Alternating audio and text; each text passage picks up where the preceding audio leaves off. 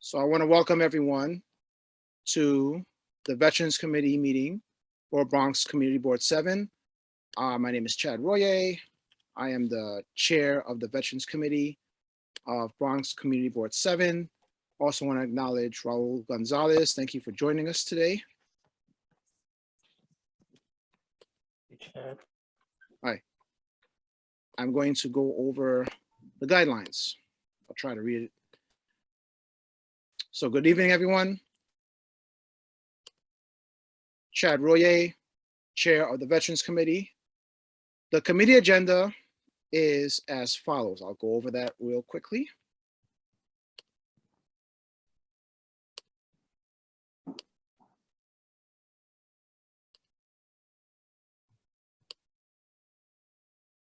So we have follow-up from Fordham Village, follow-up from Kingsbridge Terrace, update from Woodlawn Cemetery, any updates from VA Hospital.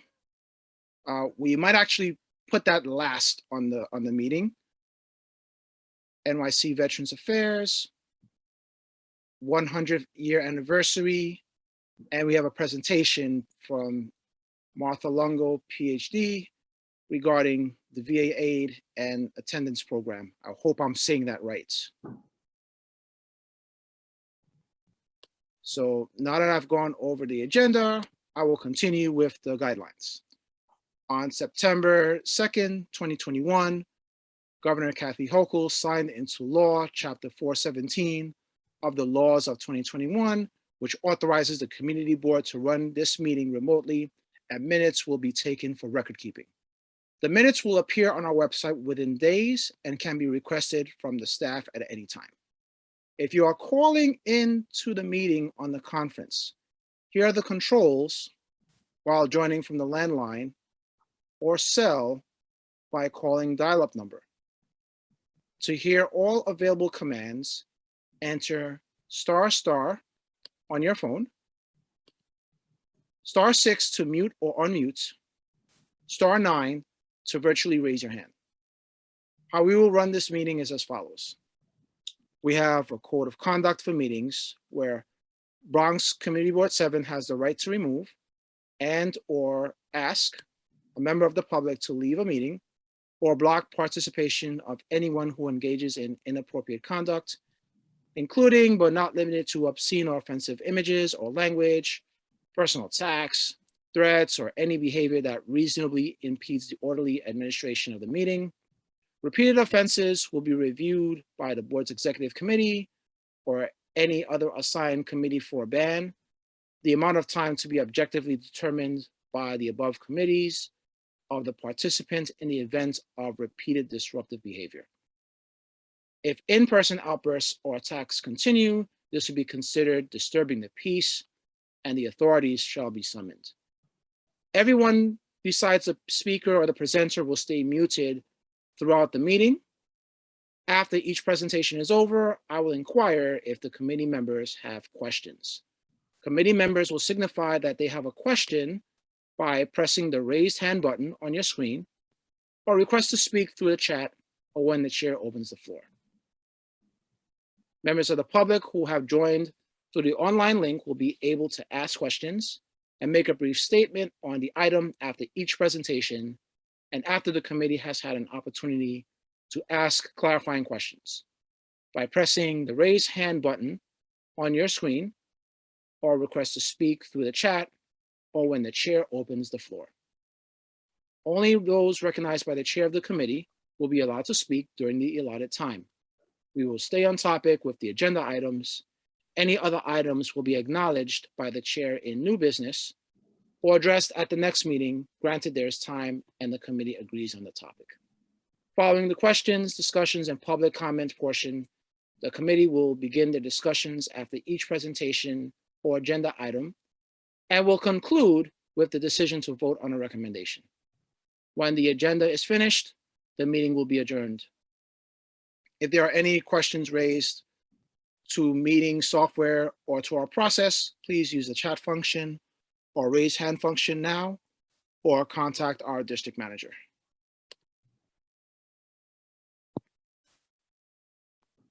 Now, so I would like to go over a roll call. I see that Helene is not on the call just yet. I'll do the roll call. So we have Chad Royer present. I have Jean Hill.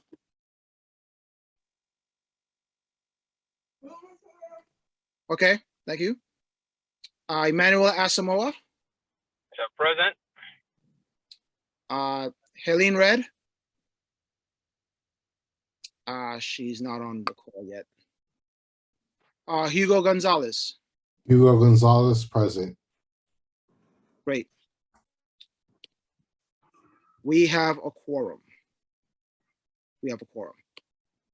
So next we want to look over the minutes from the last meeting from February. Has anyone, committee members, have you seen or read the minutes?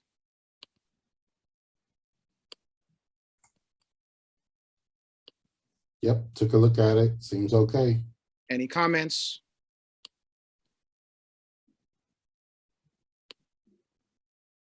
No comments. All well and good. Okay. I'll entertain a motion for approval. Motion to approve the minutes. Emmanuel Asamoah second the motion. Okay. Any objection to the approvals? I have no objection. Okay, since I see no objection, the minutes for February 2022 have been approved.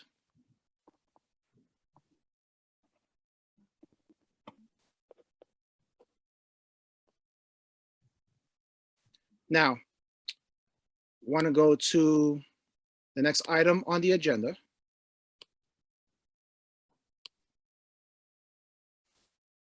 So do we have anyone from the Fordham Village complex on the call? Do we have anyone from Fordham Village?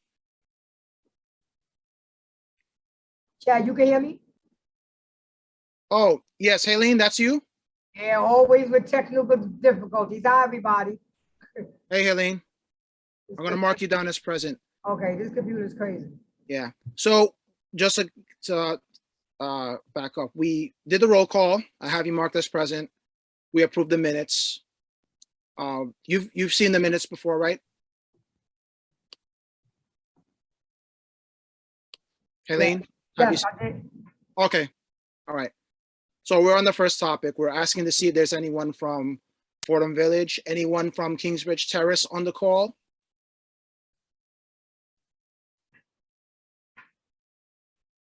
No one from Kingsbridge Terrace. So the next topic that we have, update from regarding Woodlawn Cemetery. So we have an update regarding Woodlawn Cemetery on the agenda because we asked to see if it would be possible to hold any kind of ceremony or flagging during Memorial Day of this year. Last year, when we tried to do it because there was a youth group that wanted to do flagging, there was the Woodlawn Cemetery was not allowing outsiders for an indefinite period of time. They said to check back at a later date. Because of the pandemic, we're just trying to see what the protocols are. We have not gotten an update as of yet.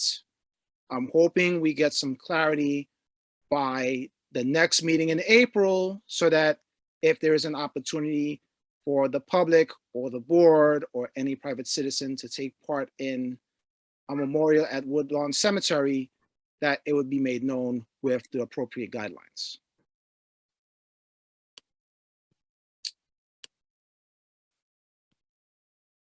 Any questions on that? No questions? Anyone here from, anyone have a report from NYC Veterans Affairs? Anyone? No? Updates regarding the VA hospital. I'm going to save that for last because there is some news that some of us may have questions on. I'm saving that for last. The VA 100th year anniversary. So I gotta thank Hugo for bringing to our attention that the VA hospital is approaching its 100th year anniversary. Some information did come back that the date of April 15th has been confirmed as the 100th anniversary date of the VA.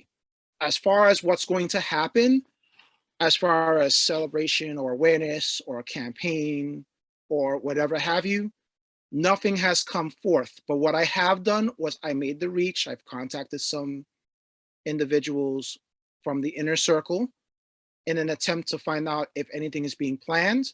I can tell you that there is an internal discussion on what's going to go forth regarding the 100th anniversary of the VA.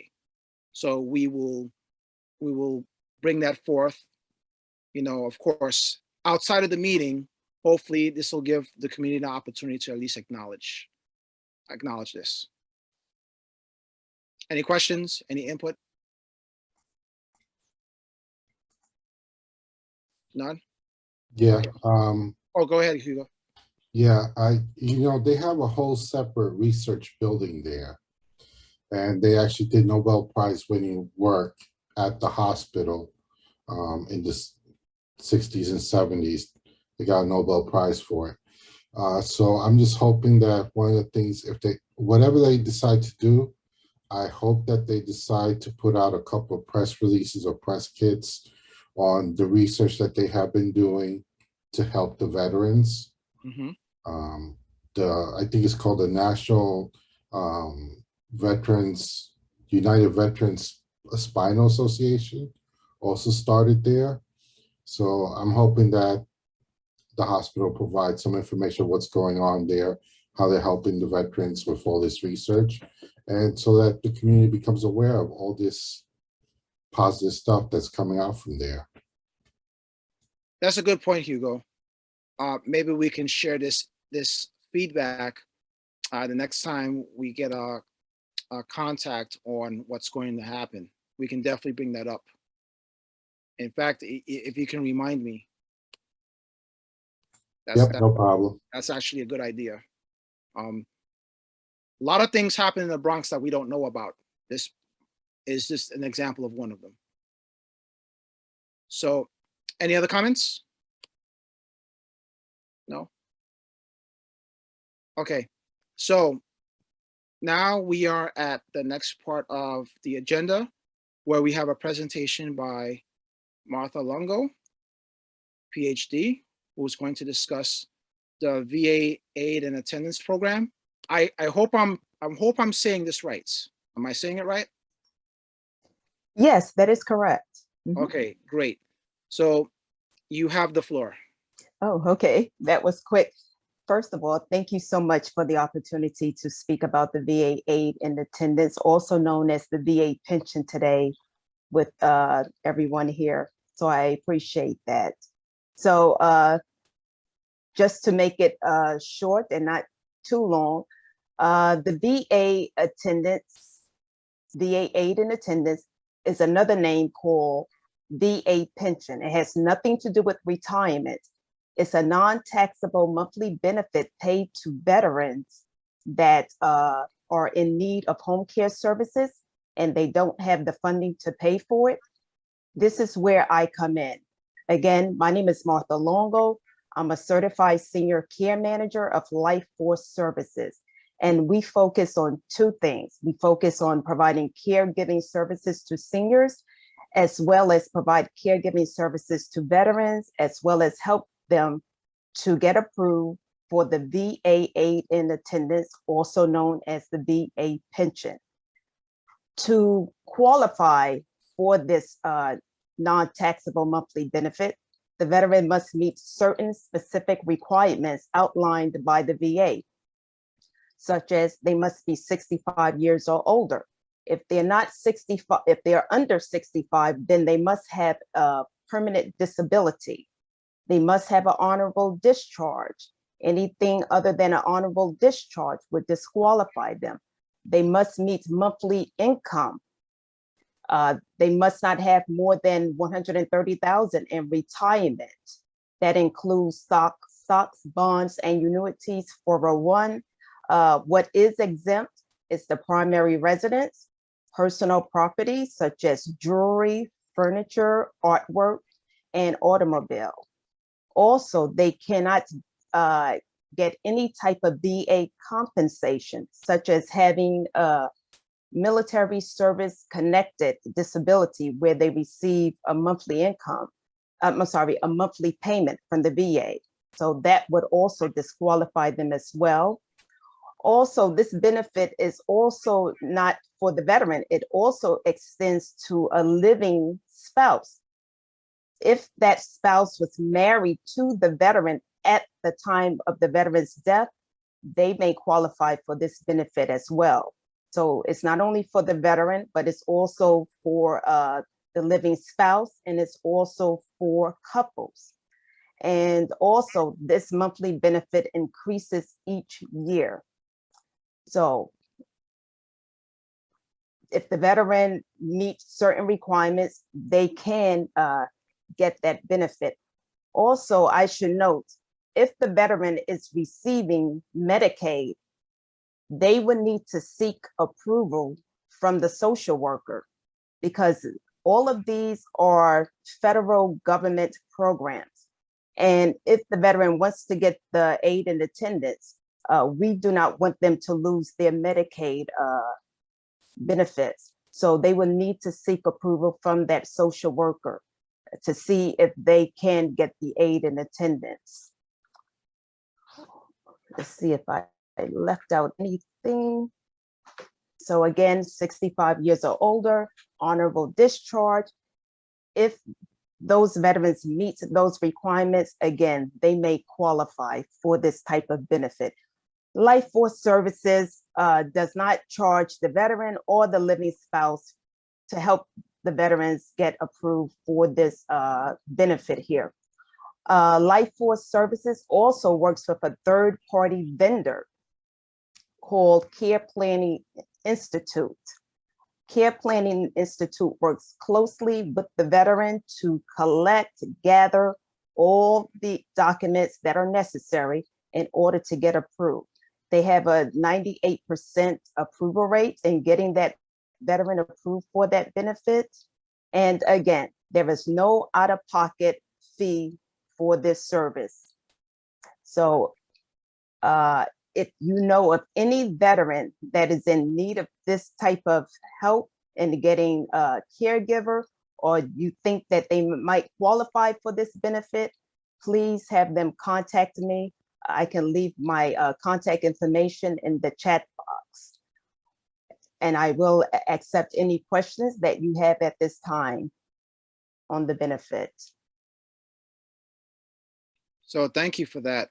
Thank you for You're welcome. sharing that information. I've never heard of this program. One of the things that you mentioned named the PA pension, but it's not a pension at all. It's just an opportunity to get financial assistance if you qualify. Absolutely. A lot of veterans, even myself at one time, I'm a veteran, Army veteran.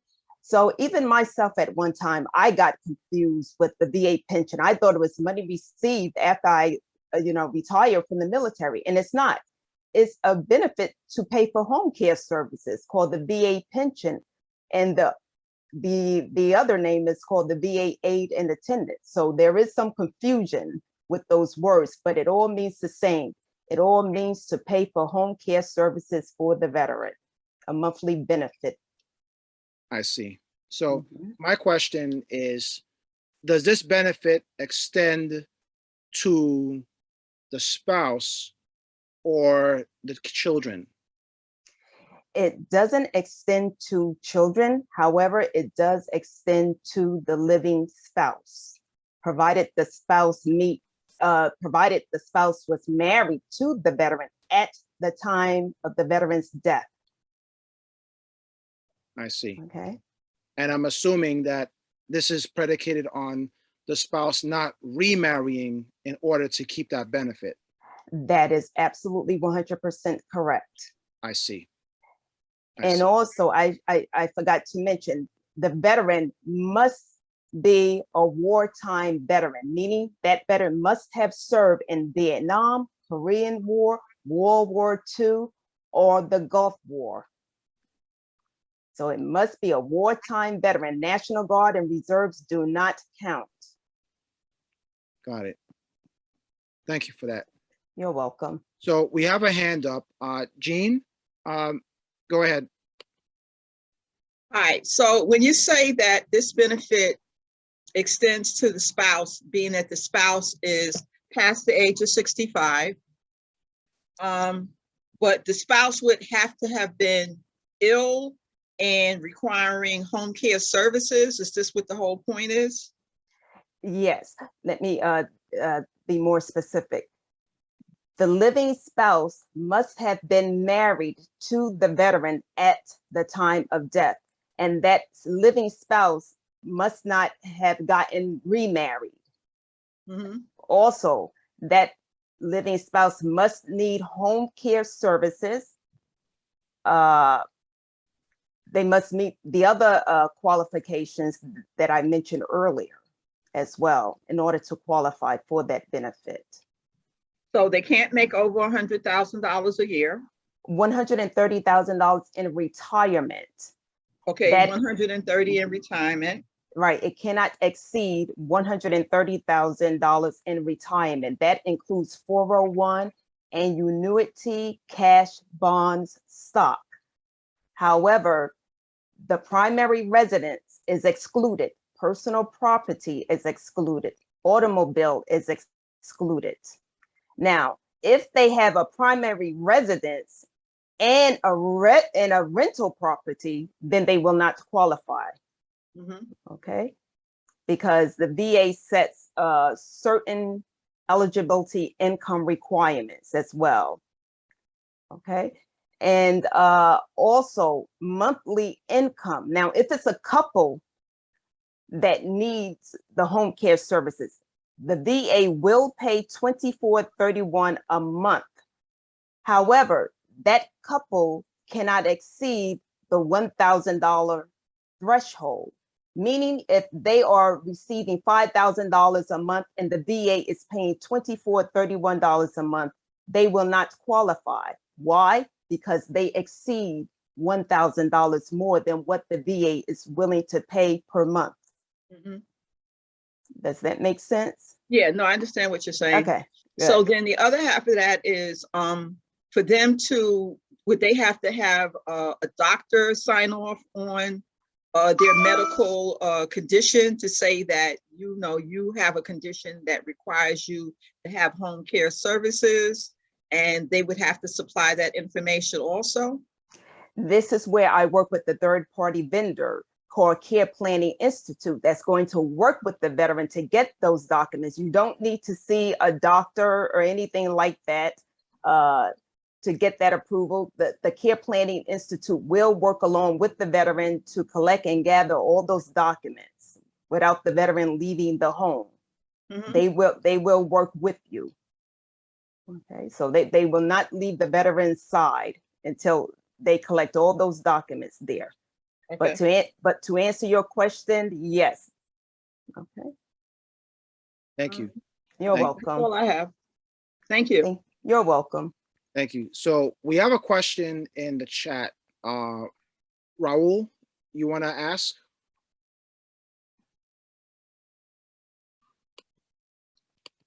Okay.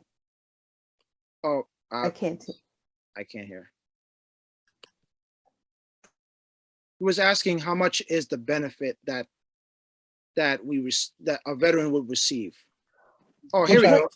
Okay, no, I was trying to get it and it wasn't helping. This is Raul Gonzalez, I'm from Union, I'm the Veterans Liaison. And my question was about the maximum for the benefit, but you answered the question, which is $24.31 For per couples. month. For Yes, couples. For single, I'm sorry. Go ahead. For singles, what would it be? For single veterans, $20.50 per month. And for living spouse, $13.71. Those rates just increased, and they increase yearly. And also this benefit extends for the rest of the veteran's life. Okay. Okay. Also, that veteran must remain in compliance, meaning that that veteran must continue to need home care services. Also, that that money is being entirely spent on home care services. And also another thing, sometimes the VA, they conduct random audits. And this is where Care Planning Institute comes in. Again, they monitor to make sure that that veteran remains in compliance. Okay, I see. Thank you. Thank you're you. welcome. I'm sorry, could she give the amount again for the living spouse? And since they are yes. the living spouse and the veteran has actually passed away, how long does that benefit last for them? Okay, for the living spouse, the monthly benefit is $13.71. And I'm sorry, I didn't get your other question. Since the veteran is already passed away, how long is that benefit available to the living spouse, provided that they are unmarried and still the wife or husband of the veteran that's passed away? How long does that benefit last for them? That benefit lasts until eternity. Okay. Until. Mhm. Thank you for that. You're welcome. So we have another question from Mhm. Isha Taylor. Ms. Taylor, thank you for joining us. I'm not quite sure what you were trying to ask, but you have the floor. Mhm.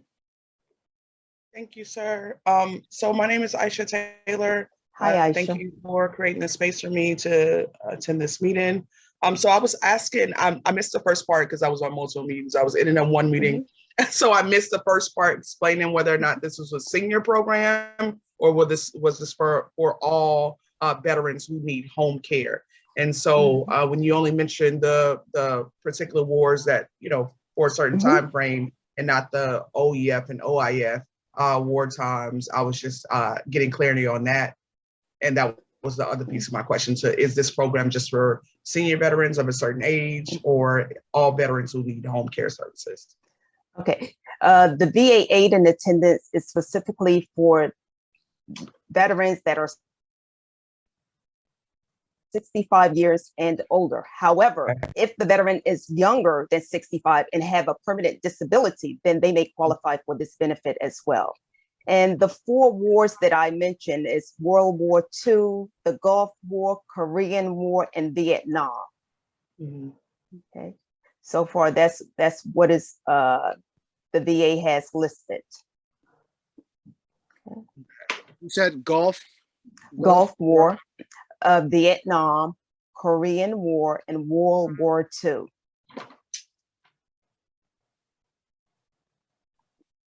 Got it. Okay. Any other questions that I can answer for you? Any other questions? No, that's all. Thank you so much. You're welcome. Thank you. Thank you. Okay. Does that also include veterans who served in Afghanistan and in both Gulf Wars? No, it's only Gulf War, 1990 through the present. That's what they have. Right, because now that I think about it, you'll be a little young if you were in the second Gulf War. Right. Okay, sorry. So true. I remember the first Gulf War. That seems like a little discrimination, though. I'm just saying because it is. We served. I am one of those younger ones that served after the first Gulf War. So yeah, very clear. We served just as hard and fought just as hard. I'm permanently disabled and unemployable and all those things. So I get that. However, right. I get it though. So that's why I was asking. I understand. Thank you for your service. I completely understand. It is specific and it is discriminatory toward other veterans. And it should include all veterans, but unfortunately it doesn't. Thank you. So I just want to acknowledge Amjad has just joined us. Welcome, Amjad. Is he on? I think he's on. Yes, I'm here. Thank you. Sorry, I'm multitasking. It's good to see everybody. We know, we know.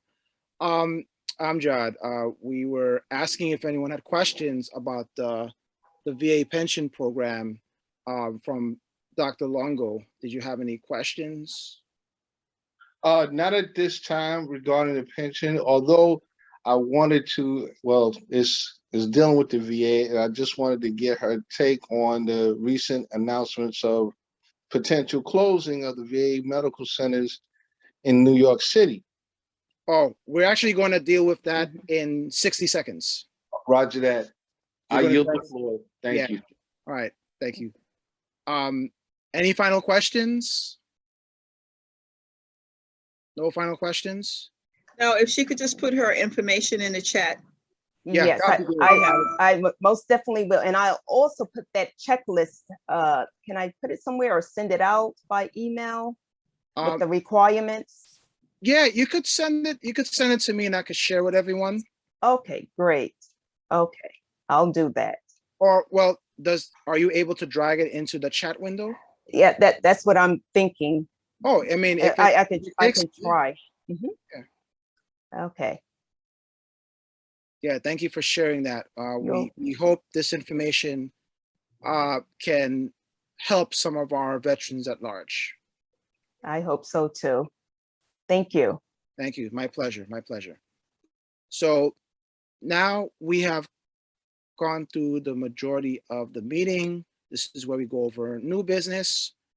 And I want to make a reference of what has happened last week, or I want to say last week, where announcements came down the pipeline that select VA hospitals will be subject to closure in an effort to consolidate, save money, etc., etc. Quite a few news outlets have carried it. Asked behind the scenes if anyone had any information. There was a release made by the VA secretary on Monday that provided some more information on what the plans would entail. Some of us have seen it. Some of us know about it. Some of us are not even aware of the changes down the pipeline. From what I read, the VA in the Bronx is not affected by closure, but may have a trickle-down effect if it has to deal with an influx of traffic coming in this direction. I don't have enough information except what was given in a recent, in fact, I want to see if I can place that information in the chat for everyone to look up. It's several pages. What I wanted to see is if there would be a follow-up plan if you're closing out the VAs in the Manhattan and Brooklyn. What is going to be the other side of the equation? What are we going to replace it with? How is the service delivery going to be carried out? So I don't know if anyone has some insight or a question that they want to bring forth. I yield the floor to anyone who wants to make a statement or a question or a comments. Anyone?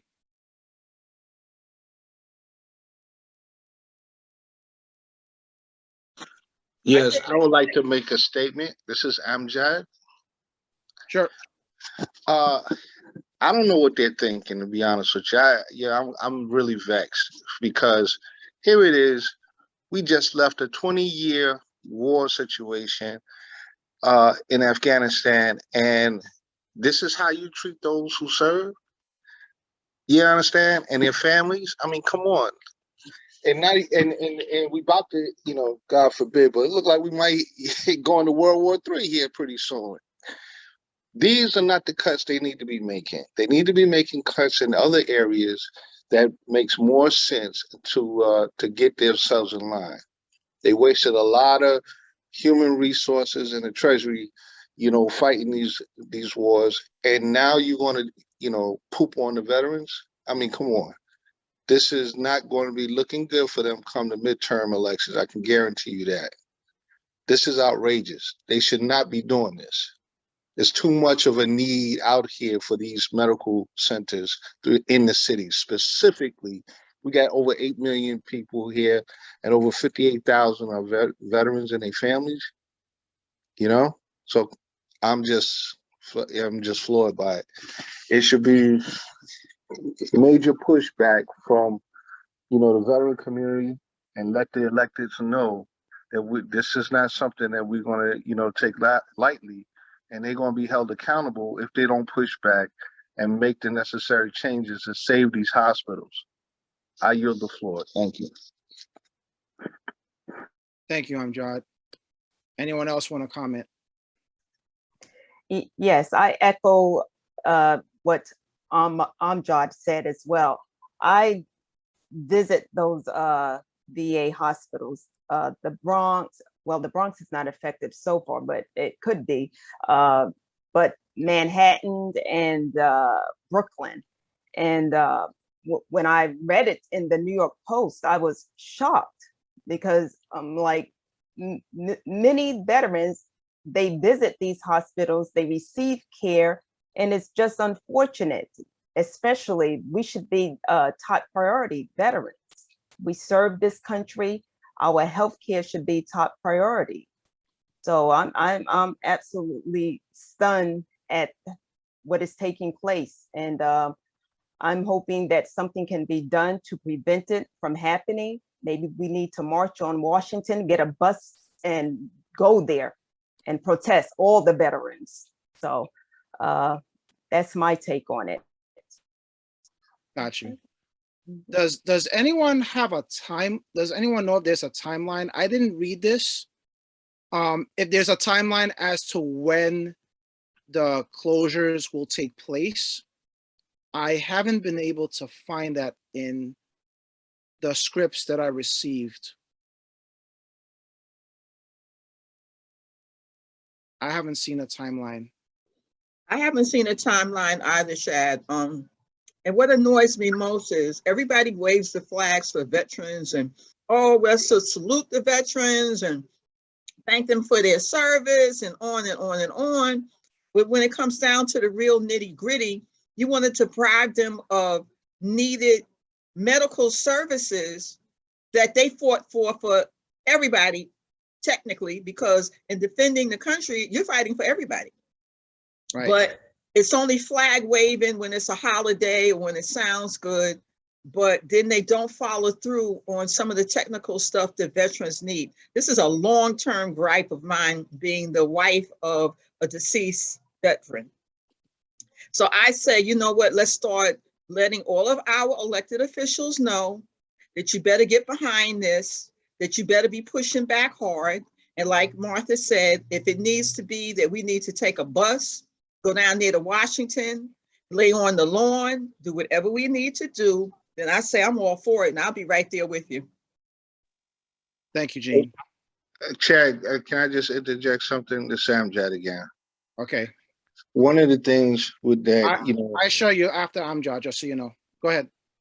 One of the effective things that we can do prior to going and taking buses is flooding all the electeds, their email, their phone messages, letter writing, right? Have one of those standard letters that you send them from a city, state, federal level, and let them know this is not going to look good for them if they do not stop this bill from going through, okay?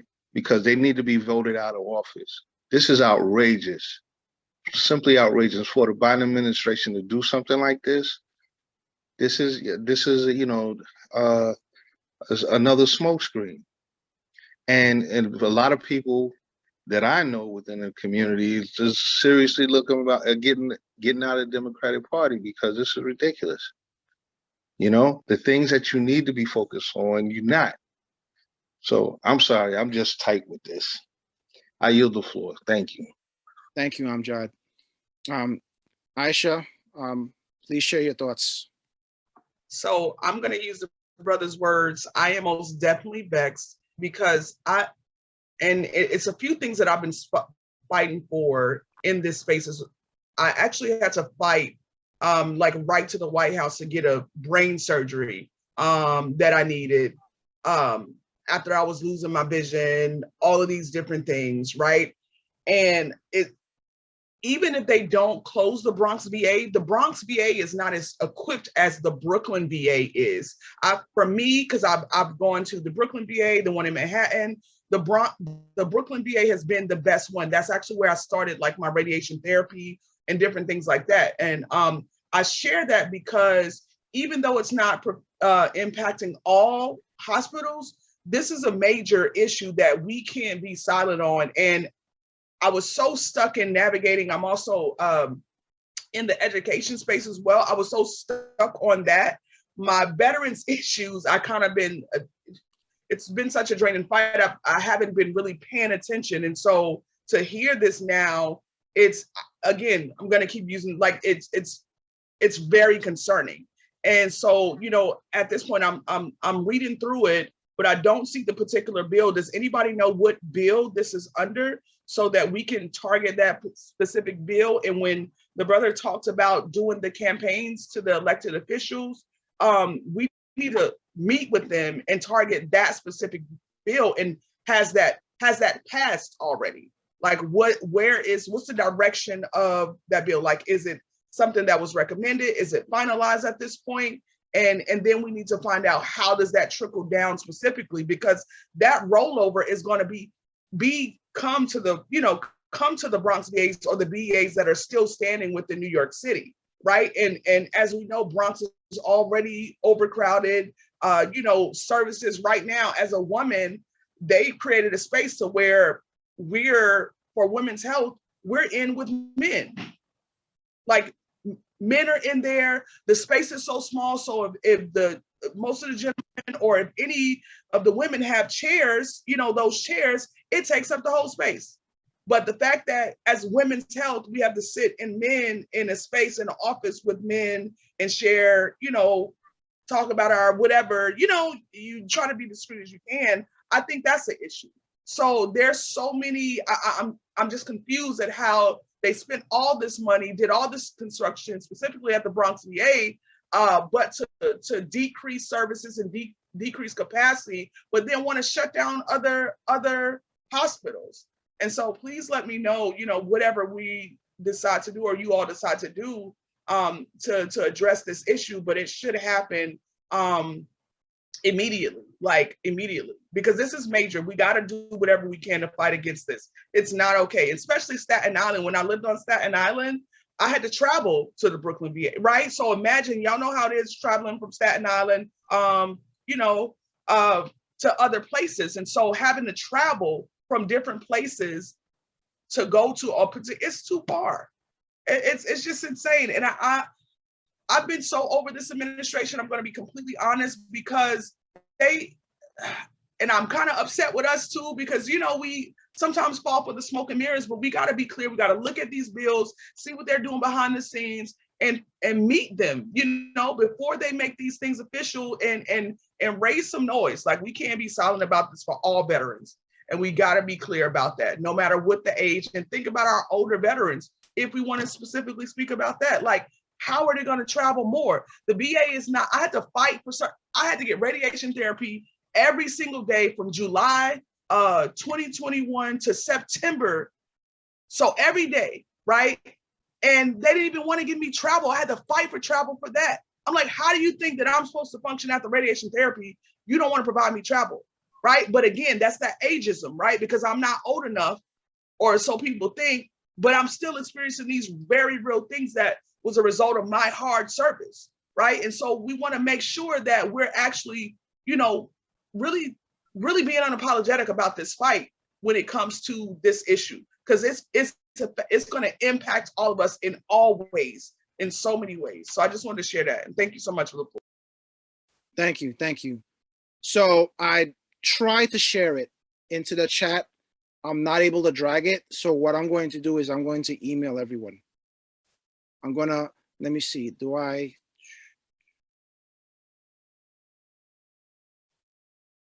okay, there's one email I do not have.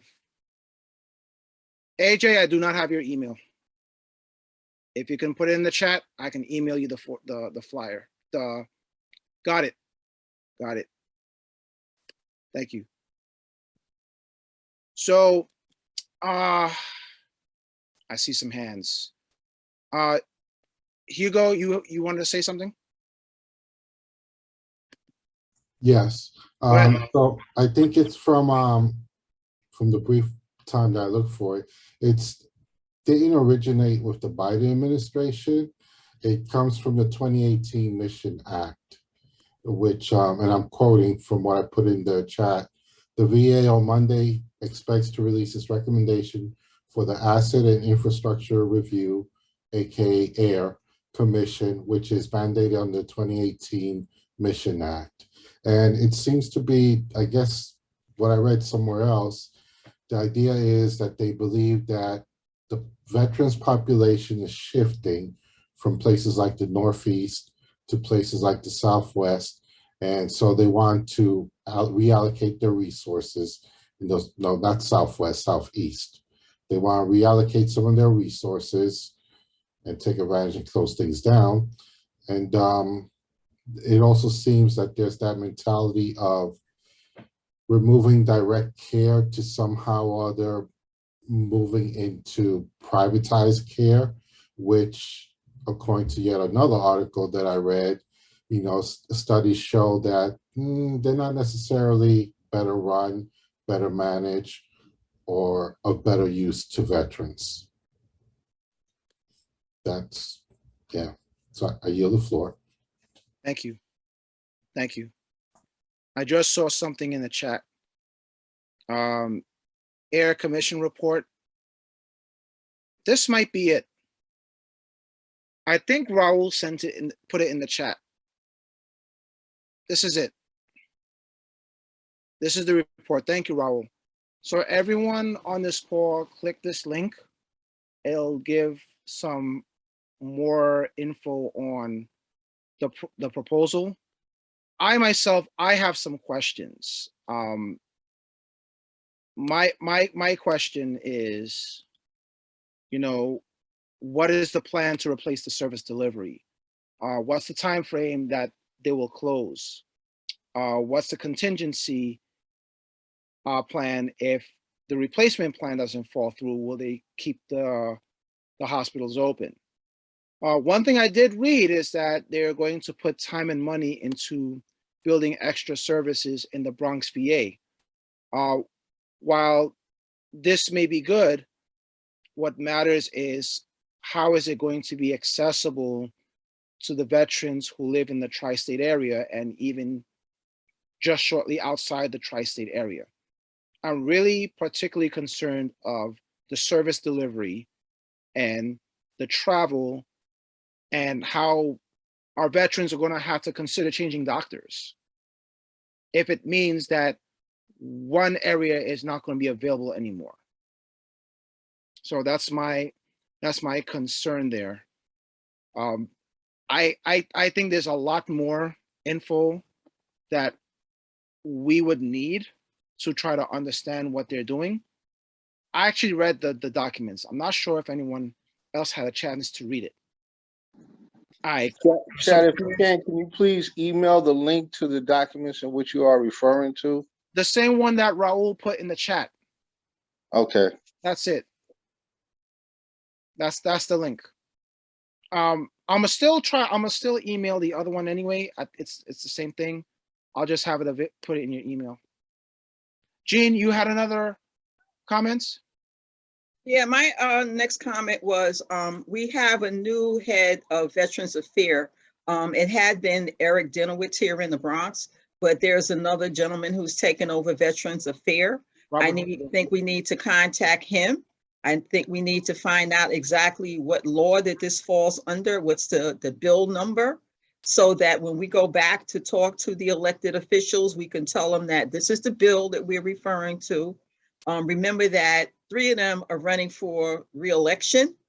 Jamal Bailey here in the Bronx in our area. Natalia, he's the senator, Natalia Fernandez, the assemblywoman, and Adriana Espaillat is still down there in Congress for this district.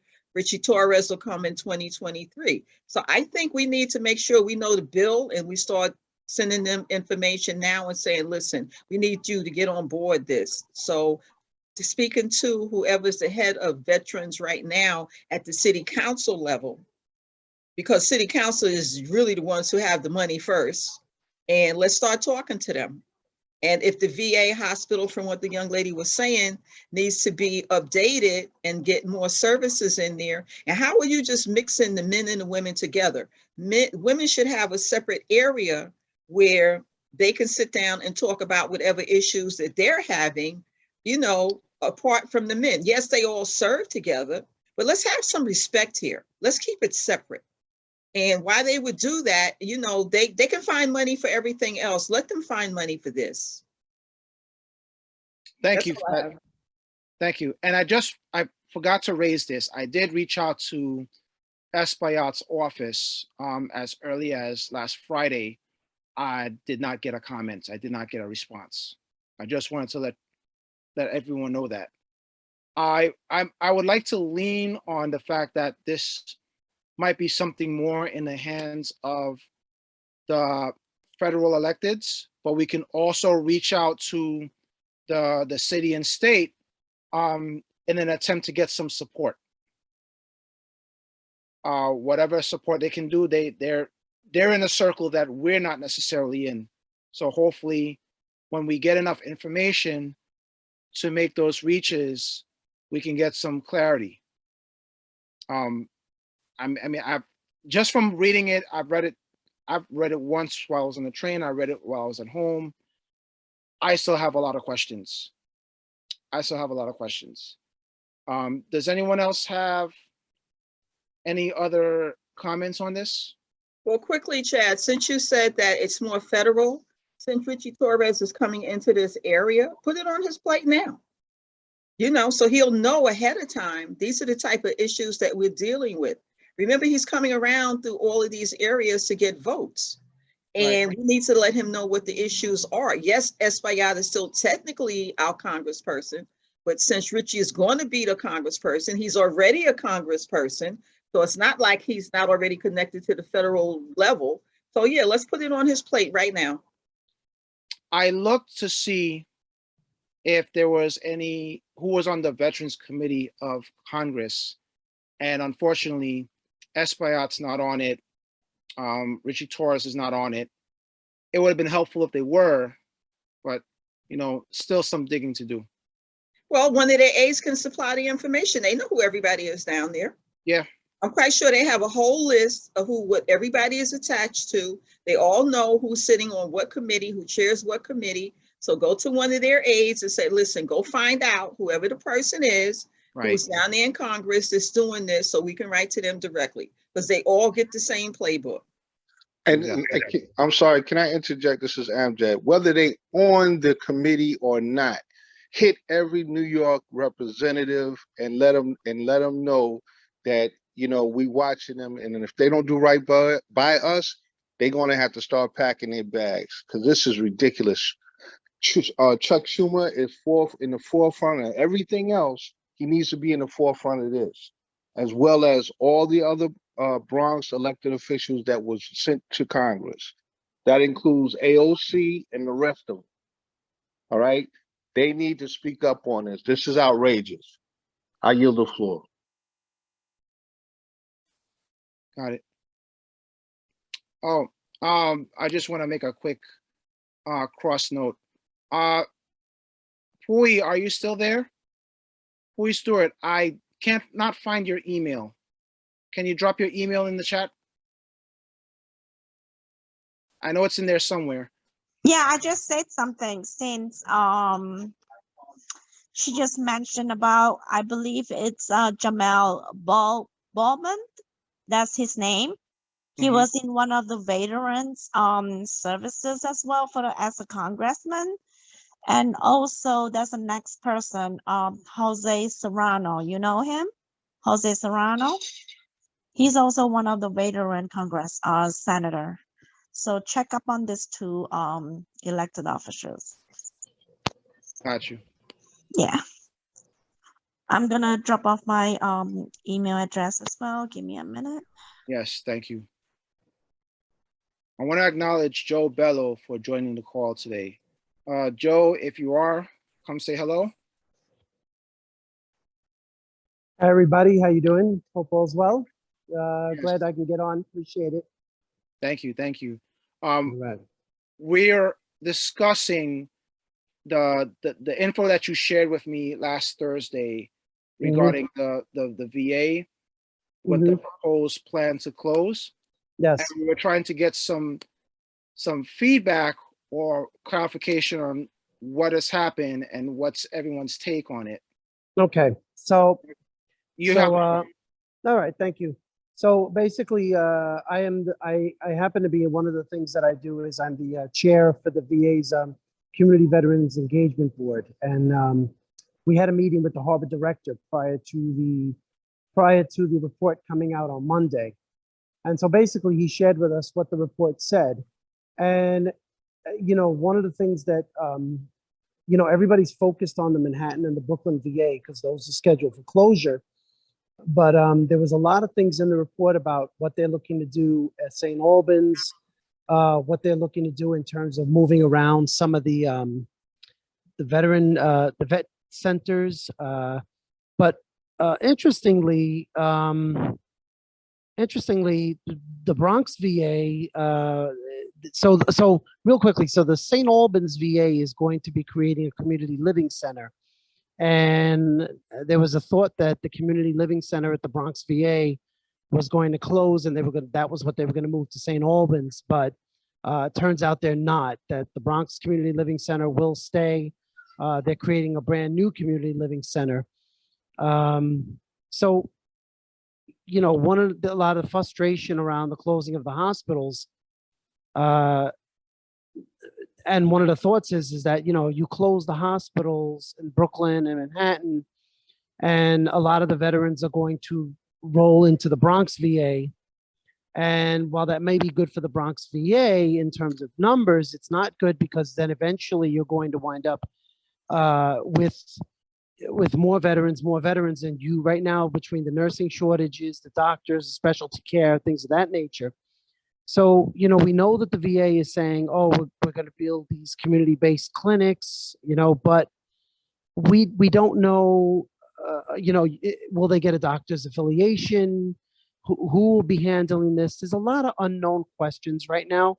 And to be honest with you, in the VA's report that they put out themselves, they freely acknowledged, with talking to the local leadership, that the report did not take into consideration the infrastructure changes that the VA has gone through, particularly the Manhattan VA after Hurricane Sandy. And it didn't take into consideration the VA's mission, particularly the Manhattan VA and even the Brooklyn VA in terms of its fourth mission to help civilians during the pandemic. There's a lot of things to go over with. Now, I will tell you all this and then say, well, at the end of the meeting, the very end of the meeting, when we were done and, we had asked all our questions, the harbor director basically stated, if this was to happen, it would take up to at least 10 years to happen.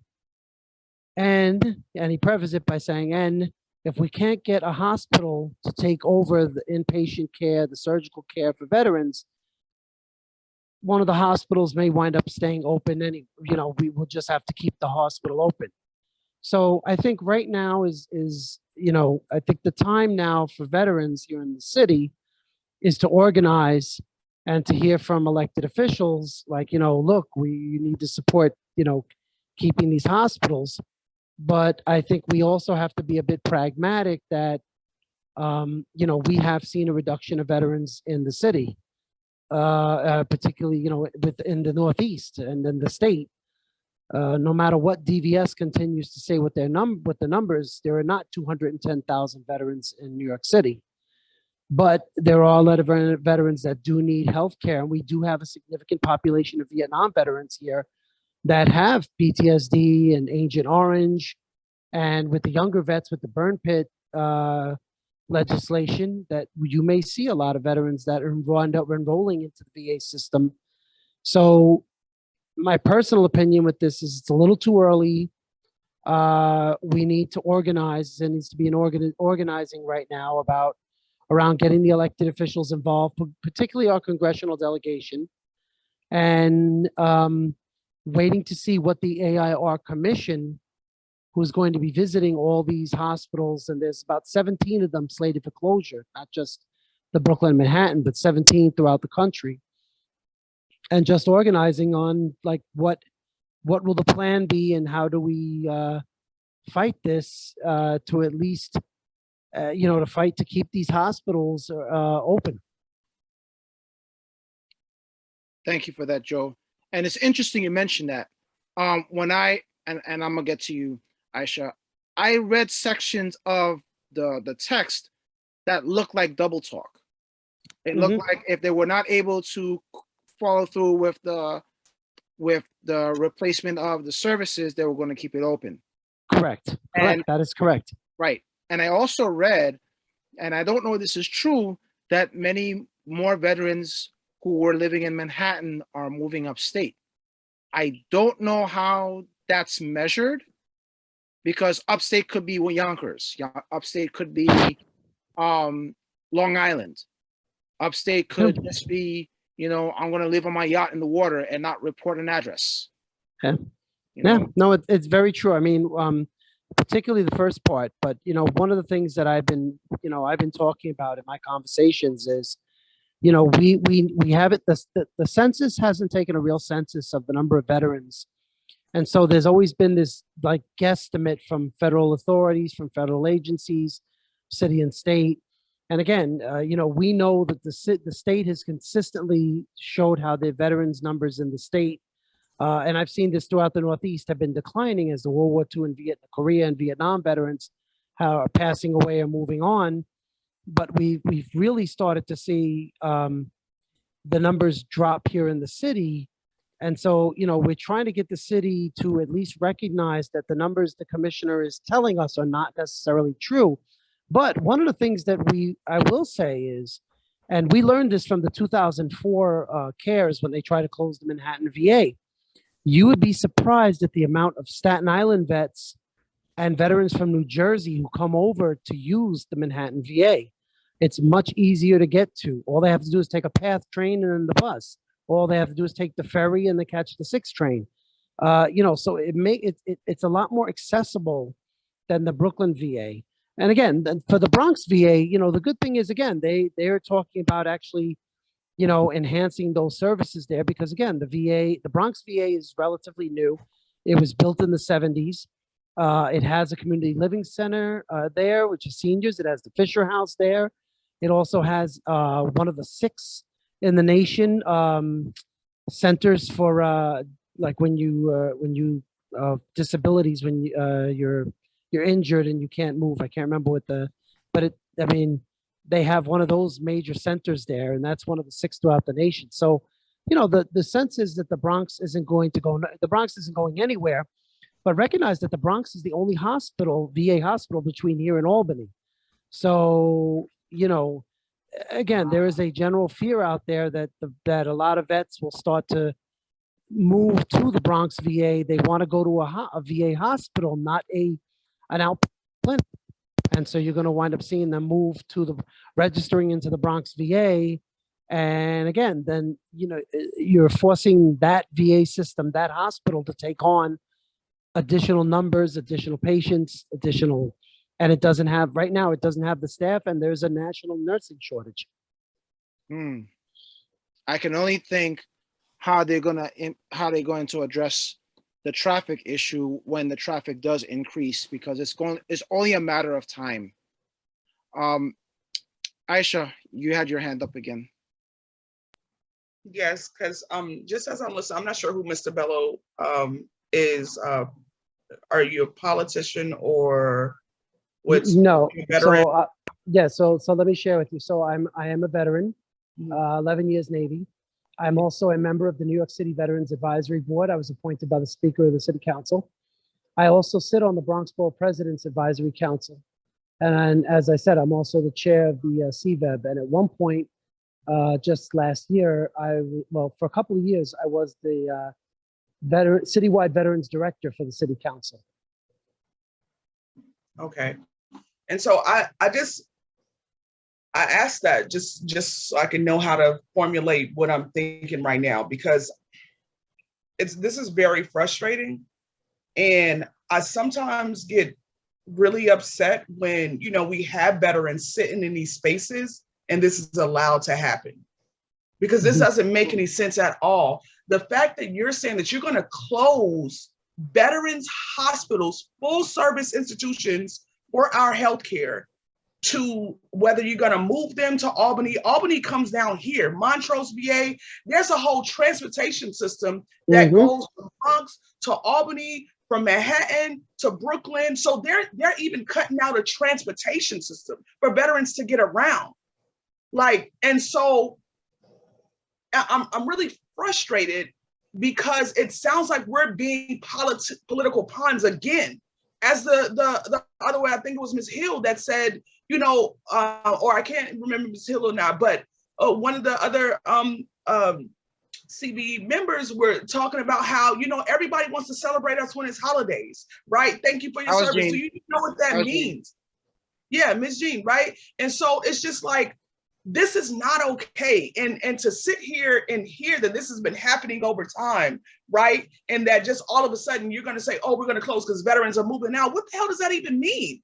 You're going to close because veterans are moving out because they're not going anywhere. You think that the facilities are not going to be used. Veterans come in to use these facilities, right? For whatever reason. It's not, VAs are not in every state or as open. It doesn't make sense to privatize. And see, this is what's happening politically in all spaces. These politicians want to privatize because that means that they can funnel money to whatever their agenda is. We're not doing that.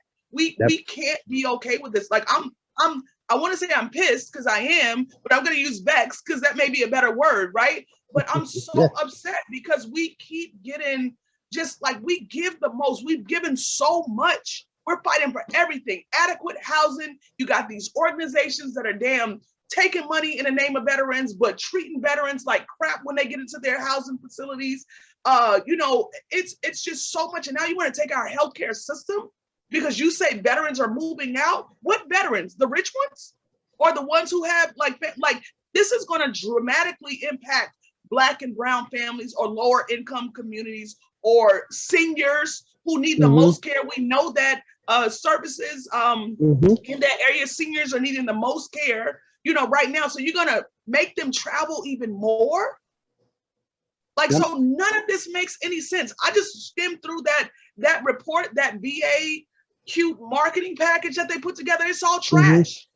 I'm going to, for lack of better words, it doesn't address anything. It only creates little cute bullet statements to make what they're doing look like it's something when they're not addressing any issues. Nothing they say in that one. That's what I was doing, skimming through these articles and the package really quick, but it doesn't address any of our needs or concern. It only speaks to their need and their desire to privatize. That's all I saw in that space. So I just share that.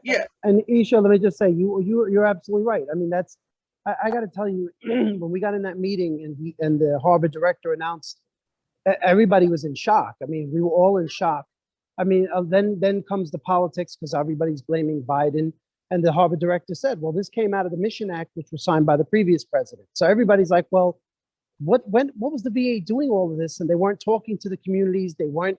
And so you're right. They took bullet points that looked good for them. And what were those bullet points? Bullet points like, well, all the hospitals are within 19 miles of each other. And the infrastructure is old. And the veterans are leaving. And it's like, wait a minute. You can counter all of those points. The infrastructure was rebuilt, especially for the Manhattan after Hurricane Sandy, the Brooklyn during the pandemic, they rebuilt several of those floors. You could, the numbers of veterans are still coming in. They're still using those hospitals. You're getting the quality of care, surgery. So, I mean, you're right. They used it. And, my thing was, well, when was this report done? And they were like, oh, during the pandemic. And I'm like, who did this report during the pandemic when we were all locked in? And, of course, nobody can answer that. So now we're at the point where it's like, okay, now the VA has appointed these commissioners that are supposed to be going around the country. And I'm like, well, this is messed up because now we have to fight this thing and prove to them, like we had to do in 2004 when they wanted to close the Manhattan VA, to say, hey, everything in that report is, like you said, it's all like marketing materials. You know, I get it. You understand the shifting demographics that a lot of the younger vets are moving down south and all this other, you know, Florida and Texas and Arizona, but we still have veterans here and we have a large veteran population. And the thing is let's be honest, the city and the VA have done a very poor job in terms of senior veterans. So, I mean, you've got to ramp up services, you know, geriatric care, community living centers, and services that have to be needed. And instead, it looks like they want to move it down. And that's why I thought it was interesting at the end of the meeting, the harbor director just turns around and says to everybody, well, this may not happen. And if it does, it may take 10 years to happen. We were like, well, what was that? That was almost like, you know, like you put like an asterisk. Yeah, an asterisk next to like a whole, like a contract. And then there's an asterisk at the bottom. So we were just, everybody was floored about, you know, in that meeting. So I'm with you on it. I am with you. Do you know the bill? Do you know that? I know it's a part of the Mission Act. So that means that this was already passed, or is this still in proposal? No, the Mission Act only authorized the VA to do the study and to appoint the commissioners to look. Mm-hmm. After they go around the country, which is going to take another 2 years from what I'm told, then they're supposed to come up with a report. Then that report has to go to the VA. The VA has to open that report up to any more public testimony. Then it has to go to the president for you know, like yeah, I agree with it, I disagree with it. But then after the president, it has to go to Congress to have hearings on it. Yeah, correct. Yeah, so it's going to take. I mean, whatever, like you said, it could take up to 10 years. Yeah, it possibly could. You know, and I mean or it may not happen at all. So I mean, it's everything in between, which makes it frustrating because you don't have any real answers and you have to fight for everything. Yeah, we can't wait on this. This is going to impact so many people. That's why I said we have to organize. There has to be organizing. I mean, look, I've seen already veterans confronting like Carolyn Maloney, who she's the congresswoman. She's the congresswoman for the Manhattan VA, and she hasn't said one word in over a week. Nothing. I mean, say what you want about the politics of you're Republican or Democrat, but at least Malliotakis had a rally in Brooklyn. She had a rally in Staten Island. She was on the news. She wrote an op-ed piece in the Post. Whereas Maloney, who's the congresswoman for the Manhattan VA, hasn't said a peep, hasn't said a word. I mean, veterans have started to confront her on social media, like, you have been absently silent on this. What are you doing? So we do have to organize, yeah. And last thing, and I'm not gonna say, but I looked at this site that Mr. Gonzalez sent out, and we don't even have any veteran appointees on this particular the Veterans Committee that's in New York City. So if the money is moving to the South and moving to the other areas, is because we don't even have representation. It's people making decisions for us in New York City that don't know what it's like to live in New York City. So even Albany, New York City operates differently than Albany does, the New York State. And so, but they're literally making decisions that impact some of our districts. My education council district is about 33,000 students in 62 schools. That's a small city that eats some areas in Albany up. So the fact that the people in the small areas of New York State are making decisions for us in these, heavy, densely populated New York City, streets, it's not okay. And so, I'm just really, we gotta make this happen. This has me on fire. Because these are federal. This is a federal entity that's making decisions. Yes. And, they keep saying, they want to give veterans the top care, but okay, well, you're taking away the care. And then you're talking about leaving us with clinics. Like, that it sounds good. And they're spending a lot of money. I'm going to be honest. They're spending a lot of money on like little cutesy things. So like yoga mats and horticultural therapy, which is great, right? But we need real systemic change. And so that's it. I'm on my soapbox. Thank you to Stella. Thank you for sharing that. I was about to ask if we knew the proposal number that was submitted back in 2018 that we could Oh. research. Oh, I don't know. It was part of the Mission Act. That's what everybody kept saying. I don't ever remember seeing it in the Mission Act, but I mean, I may have missed it over myself. But it was part of the Mission Act, and even the harbor director said it. So I think if you look up the Mission Act online, you could probably find it and then find it in the bill itself. I see. I see. What I'd be interested to find out is, you know, we have quite a few veterans who don't use the VA. I'll be interested in learning how they feel about this, because whether or not they use the VA doesn't necessarily mean that they won't ever use the VA. It's just that we don't want things taken away from us. I think that's a fair statement to say. We don't want anything taken away from us when we need it. Hugo, I'll take 2 more comments. Hugo? Yeah, a couple of things. You know, again, going to go back to the whole research things. The veterans hospitals, the Veteran Affairs hospitals, they do a lot. First of all, you know, it's for veterans. So when they do studies for veterans, by veterans, those studies target veterans. You know, in addition, it helps other people. But if you spread out their hospital service, you know, between in New York City, NY Langone and VA, and the Mount Sinai and Montefiore, you probably won't get that amount of veterans to hold a proper study and the research. The second thing about the research is that since it's run by the United States government, all that information becomes public domain, which becomes part of everybody's information. When you have a private company doing research or even a private hospital, they own that stuff and they can make money off of it and withhold it from everybody else. So those things right there are, you know, important. The other thing is marketing. I turn on the TV, I watch a lot of TV, and I see commercials for all of these other hospitals. I have yet to recall ever seeing a single commercial saying, hi, we're the Veterans Affairs medical system. We offer cares for our veterans, you know, no matter from what ward, no matter what. And I think that's part of why this stealth campaign has managed to get so far. I would agree with you. The only time I ever saw a VA commercial, an actual VA commercial, was in Florida when I was visiting my relatives and seeing my grandson.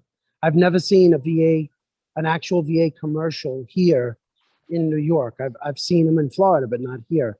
Yeah. And the other point I want to make too is Chad brought up about, you know, veterans that aren't using the hospitals. And I put in the chat an article that Gothamist just did today or yesterday, I forget which. And basically that article bears that out, that, you know, the older veterans are absolutely using the hospital and the hospital facilities, and there's camaraderie and community, you know, and community. And a lot of the younger veterans are not using them. They're just not using the hospitals. And that's been one of the problems as well. But, you know, as they keep saying too is, you know, we had a 20-year war, but roughly only 5 million people served because everybody did multiple deployments. But, you know, again, we have to get them to engage more into the VA system, or else the VA is going to say, well, you know, we're not getting the same numbers. And Right. like I said, that number, that article does bear it out, because you see what the Vietnam vet says, and then you see what the head of IAVA is saying, and they're two completely different things. But, you know, and okay, they're not, the younger ones may not be using the VA system now, but when they get older, they will. Right. Yeah, Once they stop absolutely. being employed, you know, that private medical insurance is over, where are you going to turn to? So yeah, that's another thing. We have to, there needs to be a way to communicate to the younger veterans, to the veterans who aren't currently participating in the system, Right. say, hey, this is a benefit that benefits you in the future, if not now. Well, Right. let's be honest about that, Hugo. You know, when you come to New York City, and I say this all the time, you're coming to a city of roughly 8.6 million people. And so here you are, veteran, fresh off of active duty, anywhere from 4 years to 20 years. And you come to a city that is not particularly welcoming and they're not going to tell you where the VA is at and where the service is at. You have to actually run into another veteran. So, you know, it becomes where there's this big problem and then they don't find where this is, and you get lost in the sauce, so to speak. We don't have, and this is where I fault the city agency, DVS, because DVS should be out there like doing outreach, reaching out, attending like all these events and doing what they got to do to like say, hey, we're here, we can help you, we can refer you, but they're not doing a good job on that end either. So we have problems. We do have problems. Yeah. So I want to acknowledge David Rosas, who was on the call. Hey, David, thanks for joining. Did you have a comment to make on this?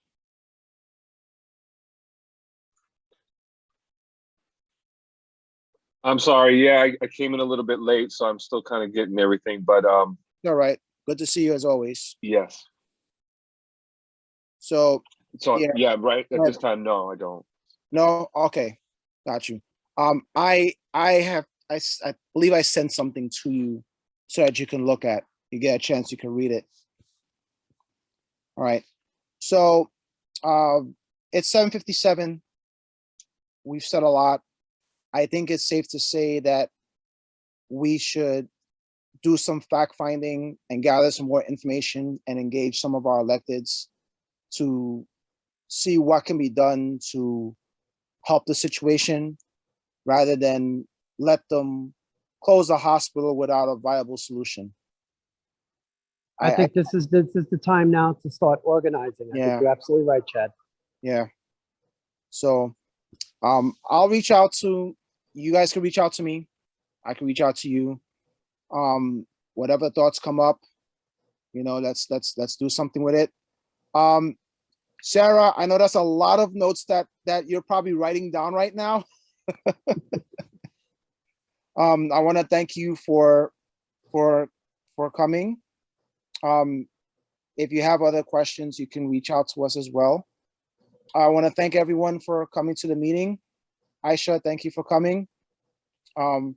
This is the reason why I wanted you to come to our meeting, because I know how passionate you are with the kids in the school system. So thank you. Raul, thank you for coming. Poi, AJ, Amjad, Shanaz, thank you for coming. Joe, Martha. So this is why we have this space, so that we can educate the public. And we must continue doing so. Meetings are open to the public. If you can invite someone, do so. They don't have to be a veteran for them to join. But all we ask is that they listen, and hopefully they can walk out with some knowledge. And let me just add one other thing in too. Our next Veterans Advisory Board, the New York City Veterans Advisory Board, is going to be on April 6th. And that meeting, I'm going to send Chad all the information on that meeting, including the link that he could share with you all. Great. But that meeting will be a discussion on what we discussed tonight about the closures of the Manhattan and Brooklyn VA hospitals. Good. Thank you. Joe, if you could tell us again what exactly the New York City Vet Advisory Board is. Sure. Real quickly, the New York City Veterans Advisory Board consists currently of 11 members. 6 were appointed by the mayor, 5 were appointed by the Speaker of the City Council. We serve 3-year terms each, and we represent each of the boroughs. Everyone's a veteran.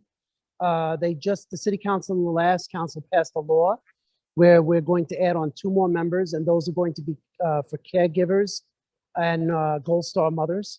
So, hopefully we'll have those appointments in the near future. But before the pandemic, we would go around to all the boroughs and have meetings in the boroughs. But now we do it virtual, obviously, until things open up a little bit further. And so, like I said, our next meeting, we have 5 meetings, obviously, throughout the year, 1 in each borough. And I'm actually going to send Chad the link. We write an annual report that we give to the mayor and the speaker, telling them what the veterans have told us at the meetings.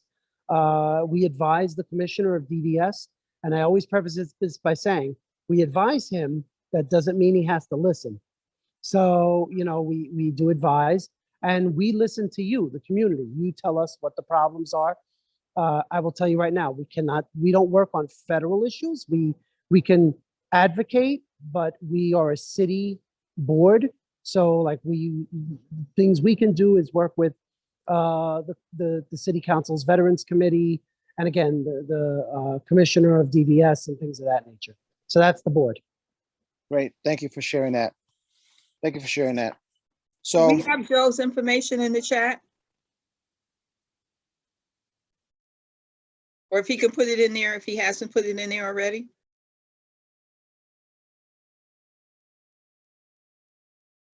I have it in my email. I have to look for it.